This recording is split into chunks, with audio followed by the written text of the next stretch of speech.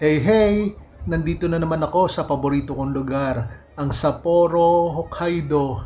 Pag nandito ako talagang napakasaya ko kasi yan, no? Ngayon kasi sineselebrate nila yung Winter Festival. Ang Sapporo is the capital city of Hokkaido, Japan's northernmost main island. It is the fifth largest city in Japan, home to nearly 2 million people. Every year nandito ako lalo na first week ng February. Kasi sa first week ng February nangyayari yung Snow Festival. Dito sa Odori Park ang site, the main venue stretching 1.5 kilometers featuring massive building-size snow sculpture. Tapos maraming mga food stalls.